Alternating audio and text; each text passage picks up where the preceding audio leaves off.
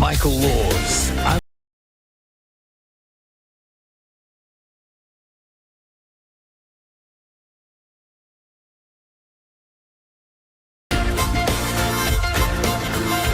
Isn't life interesting? Isn't life amazing? Isn't the news just continue to confound and astound us? Almost equal measure. Isn't we think we're going to have a normal life, we're going to have a normal day, everything's going to head along in a sort of splendiferous way as we sort of take the lazy autumn route into winter, when New Zealanders tend to get a bit sort of insular and we tend to button down.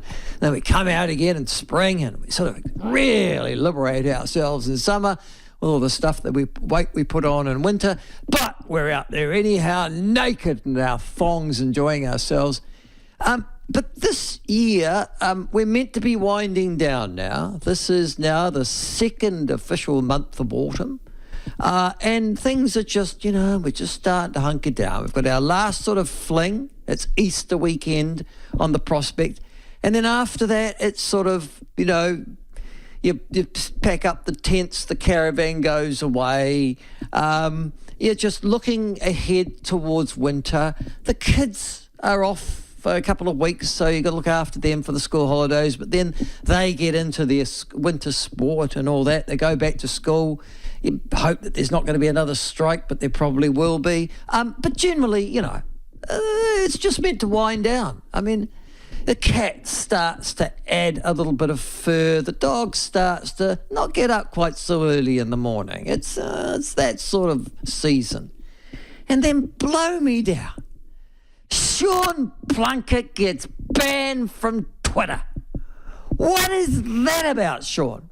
I've told you, Sean, I've said to you, do not have your phone on you after 11 o'clock at night and the third wine. Haven't I said that? Haven't I said that? Yes, I have. And I know that from bitter experience. You do not hold on to your... And you know the reason why? Because Twitter is one of those addictive social mediums. We talk about children, teenagers in particular, being addicted to social media, Telegram, TikTok. They're trying to ban it now in all the Western world because the Chinese are behind it. We don't trust the Chinese. Oh, God, no. We can't trust the Chinese to do anything. In fact, it's really interesting. We're not allowed to be racist except about the Chinese. And that, we can go to town with the Chinese.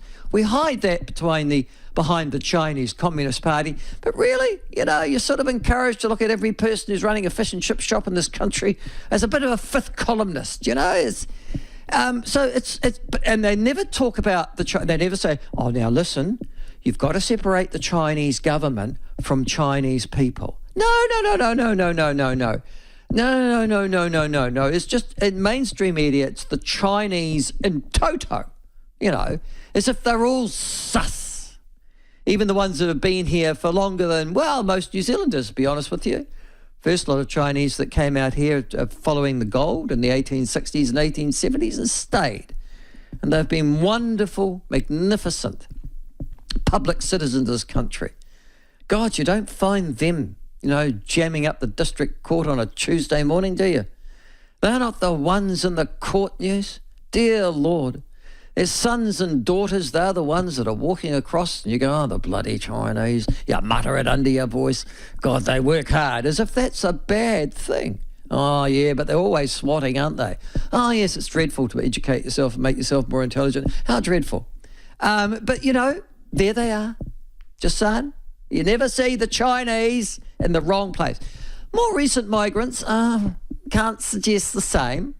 The ones that came in sort of the 90s, 2000s, 21st century, brought with them a bit of riff-raff, you'd have to say.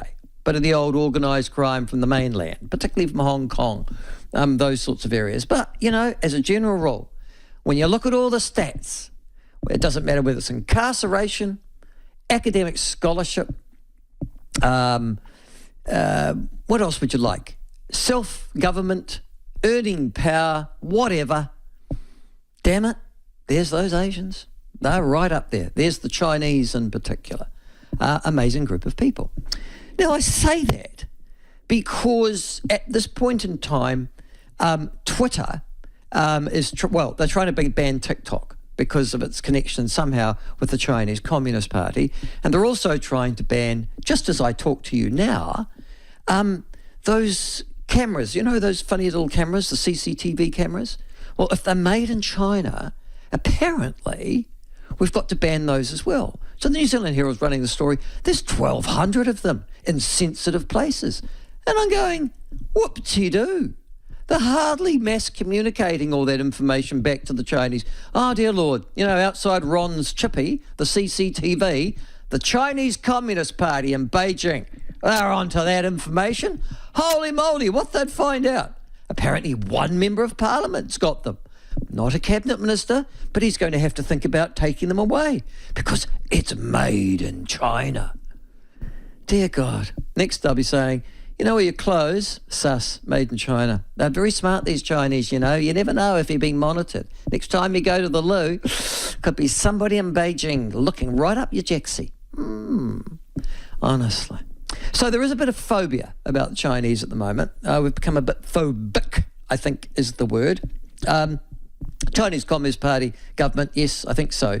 But the Chinese in general will be feeling a bit, I'll be looking sideways at the moment, say, oh, no, it's all right, we're Chinese, but we're not the Chinese government, just so it's a bit like saying to the Jews, listen, we're Jewish, but we're not Netanyahu in the Israeli government. And nowadays, almost every Jewish person somewhere on the global planet's got to say that. No, we're Jewish. No, I'm sorry, I'm not in Netanyahu's cabinet. No, I don't wear the funny things down, the braided stuff and the white shirt and the big... No, it's not me. No, those are the ultra-Orthodox ones. No, I'm Jewish. You've got to say that. Because if you don't, death by association. Condemned by association. Which leads me back to Sean.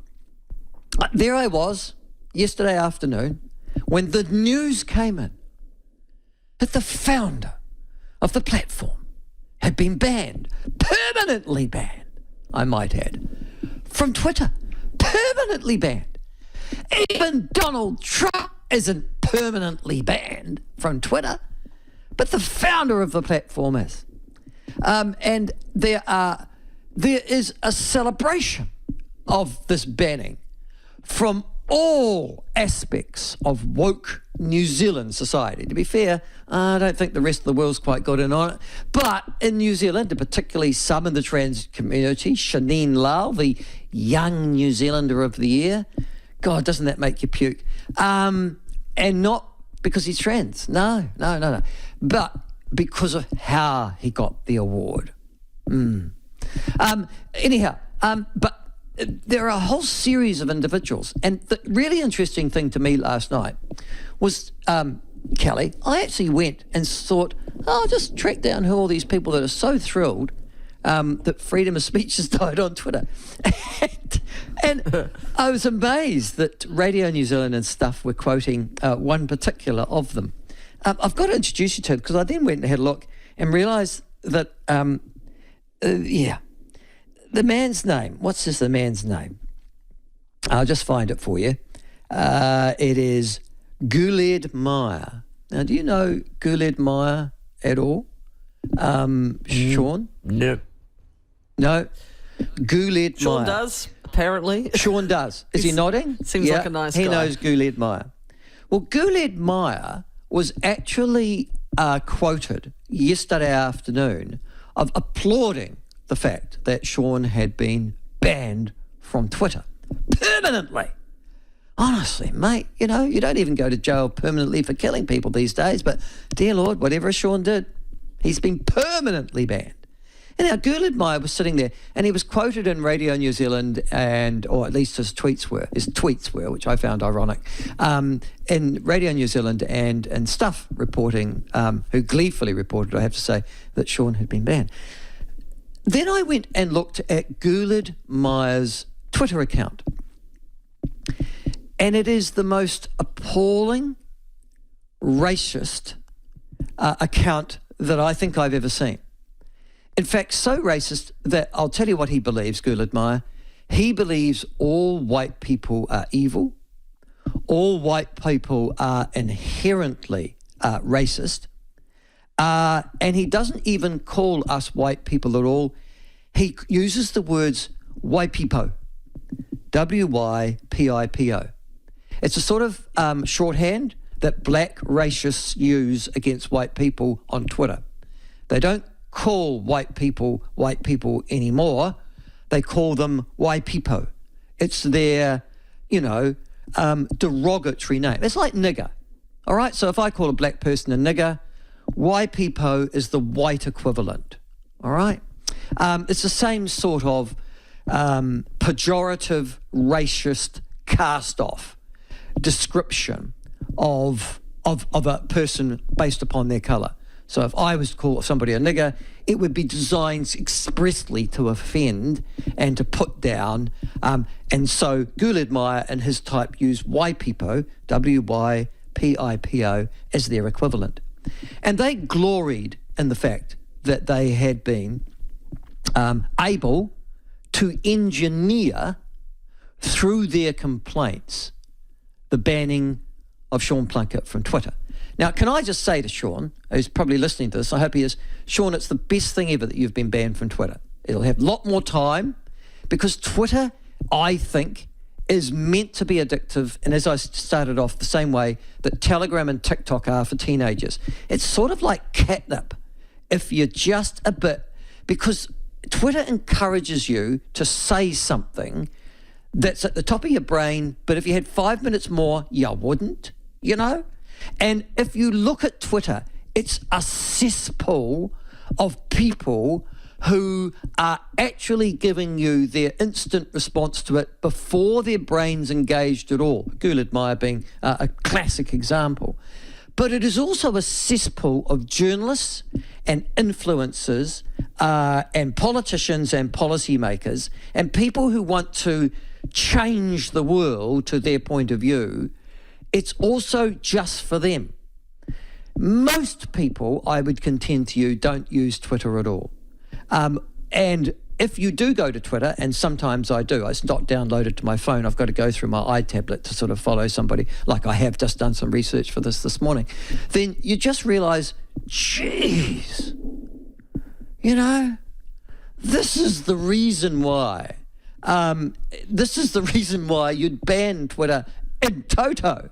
It is just because there isn't, it seems, a sane conversation anywhere on the entire platform at all. And it's just a whole series of people essentially insulting each other. So again, I'm stunned that Sean was banned, because I looked at Guled Meyer's account, and I'll just give you a bit of background to him. He's a Somalian refugee here. So he came from Somalia. Apparently he's done quite well for himself. I don't know. He's got a degree or something. He's got a job, but he's got an account, and he wants to be an influencer. But his primary job is suggesting that all white people are racists. So almost every Twitter that he releases, and for some strange reason, Radio New Zealand and stuff think he's important. I think he's a black racist who's bloody lucky to be in this country, to be quietly obvious to you. And I find it ironic that somebody has left his own country as a refugee and come to New Zealand and decided that every white New Zealander, white people, is a racist, and that we are a structurally racist country. To which you say to the Guled Meyer, you left a country that wasn't very good, that has no concept of democracy or free speech. You left it because you and your family and your life was in danger. You've come over here and you've decided that all the problems in New Zealand, a country fundamentally built by white people, mostly by British colonists, is dreadful, and you're just pointing out to them that all white people are racist. Well, you go, okay, Guled and all your type, why don't you just head back to Somalia? There you are. There's the culture to support you. Lots of black people over there. Bugger all white people, for a very good reason. And you'll be so much happier there. The great irony is that we have freedom of speech, the rule of law, a whole series of legislation, like human rights legislation, is something that protects Guled Meyer from his most extreme and racist of utterances. And yet, were he to be in Somalia, he'd be dead. And I'm just saying, there's, you could say, thanks, Guled. Really, but we don't mind you being here. You got here legitimately. You got no mind.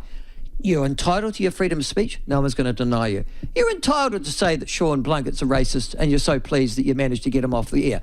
I don't care. We don't mind that.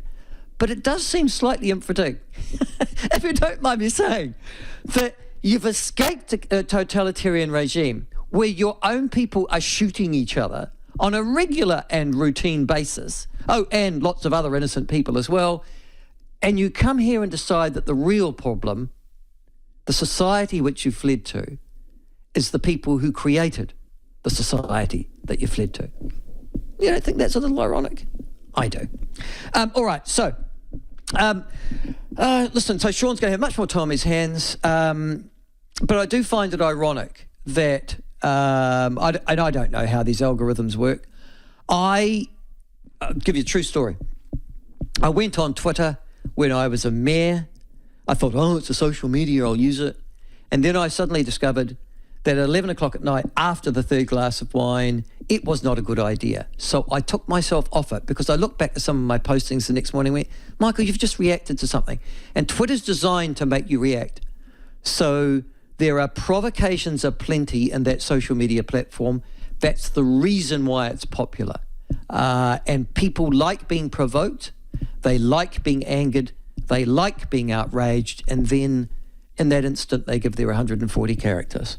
And at that stage, don't expect a dispassionate, to be perfectly honest with you, intellectual or informed conversation. That's the wrong forum to go to. That's why you come to the platform. All right, now, what have we got this morning on the show? Well, and on that, and Sean, you won't know this because I don't know that this has been published anywhere in New Zealand at the moment, except this morning in the Otago Daily Times. There has just been released the latest version of the Auckland University of Technology's Research Centre for Journalism, Media and Democracy. I know. Boy, that's quite a lot, isn't it? What are you? Well, I actually work at the Auckland University of Technology Research Centre for Journalism, Media and Democracy. Try putting that on a business card. Anyhow, for the last 4 years, they've been doing... do you remember Reader's Digest used to do most trusted brands and most trusted individuals? It was really a popularity contest at the end of the day by who was in. Richie McCaw always used to win, I think, most trusted individual. And you go, if I gave $10 to Richie, could I really trust him? I don't know, but he's the All Black captain. It was that sort of stuff. And in the end, they abandoned it. I think because people at the bottom started suing them. Anyhow, because they were meant to be the least trusted. I could tell you a story about that, but not now. But then they did the brands, like what's the most trusted brand in New Zealand? Oh, it's Whittaker's Chocolate or something like that. And so many of those use that Reader's Digest survey, if you remember, every year when the results come out and say, we are the most trusted insurance brand. I think AIA were one of those. Whittaker's were another one. What's another one that came out there? I don't know. Well, they're doing the same sort of thing, AUT, the Auckland University of Technology. It shouldn't be a university. It's just it's a scandal that it is, but it doesn't matter. It is, and they've got the score. And they do this survey, testing us, by sort of the same opinion poll survey as everybody else, as to whether or not two things: A, we trust the media. B, what is our most trusted brands of media? So which ones do we go to? And C, a really interesting question this year, do we listen to the media at all, or do we get our information from the media or news at all? And boy, that's an interesting one. Cut a long story short, for the fourth year in a row, there has been declining trust in news media organisations. So in 2023, general trust in news, full stop, declined from 45% to 42%. So that means 58% of us don't trust the news at all. And when you think about it, That's seriously damaging to democracy. 3 out of 5 New Zealanders don't trust the news they hear, read or see. So if I turn on TV1 News, or I listen to Radio New Zealand or News Talk ZB, if I read the Otago Daily Times, the New Zealand Herald, or even my local provincial newspaper, 3 out of 5 New Zealanders will not trust nor necessarily believe that the information that they've been given is the right or correct information. I don't mean right as in suits their point of view, but mean is accurate, is worthy of being trusted. That's huge in a democracy. But then the second part of that is, and ironically, the Otago Daily Times printed this for a reason. They are now, amongst all the print journalism in this country, the best trusted. So they are better than New Zealand Herald, they're better than Stuff Fairfax, God, what wouldn't be? They're better than the Waikato Times, the Hawke's Bay Herald Tribune, etc. And I sort of believe that, and there's a reason why I sort of believe that. The Otago Daily Times is an old-fashioned broadsheet newspaper. It's not a tabloid, it's a broadsheet. It's run by a company. It's not actually run by an international corporation. It's run by a family company. The family own it, all right? They are people deeply embedded in the Otago community and have been for generations. Sir Julian Smith and his family. So it does give you some indication at the end of the day that this is, this is a widely trusted organisation because they're so deeply embedded. They're not owned by wokes. They're not run by international corporations. They're not farming New Zealanders like some Australian media companies are. They are run by locals for locals. But I just thought that was interesting. And then the third part of this, and this is the part that I will talk about with you later on, and that is this. That people are not listening to the news at all. The most extraordinary thing about this is that 70% of New Zealanders, 70%, are uninterested in news or avoid it deliberately, sometimes or occasionally. And according to the report authors, they are doing so because they find the news depressing, negative, increases their anxiety, and many people also find news repetitive, boring, and overly dramatic and sensationalised. It's the words of the authors of the study. Extraordinary results, really, when you think about it. I know that there'll be some of you thinking, God, 40% of New Zealand actually trust the news. Well, if it's Television New Zealand or Radio New Zealand, which traditionally have been primary and trusted media sources in this country, yeah, but not anymore. And so we'll talk a little bit later about that, the state of the media in this country. And I guess the media have got caught up to a large extent in the cultural wars that we've all suddenly ended up in. And I don't know how we ended up in it, but we have. And now we are increasingly required to take sides. We'll talk more about that later on. But can I just say to Sean, more leisure time. Brilliant. Frankly, Twitter is just, I went on it last night and I felt, can I be really honest with you? I felt as if I'd been in a bath of shit. I felt dirty. It was like straying across, I don't know, animal porn. You know, it was that sort of, oh God, once seen can't be unseen. And Twitter just, it was because I was researching this chap, Guled Meyer, whatever it is, and I just read the strands that went off that guy's account, and I just went, oh my God. Thank God. I say to my kids now, do you do Twitter? And they say, oh no, it's for, and I'll tell you what they said. They say, nah, it's for wankers. And I went, what do you mean? And they went, well, and interestingly, they're in that sort of 70% that avoid the news. And this is bright teenagers, to be perfectly honest with you. You know, these are bright kids. But they go, no, we avoid Twitter like the plague. It's just full of angry people. And I went, oh, that's interesting. So they'll do the TikToks and the Instagrams and the Telegrams and things like that. That's their social media. But they abandoned Twitter a long, long, long time ago. I think anybody under the age of 20 doesn't know it.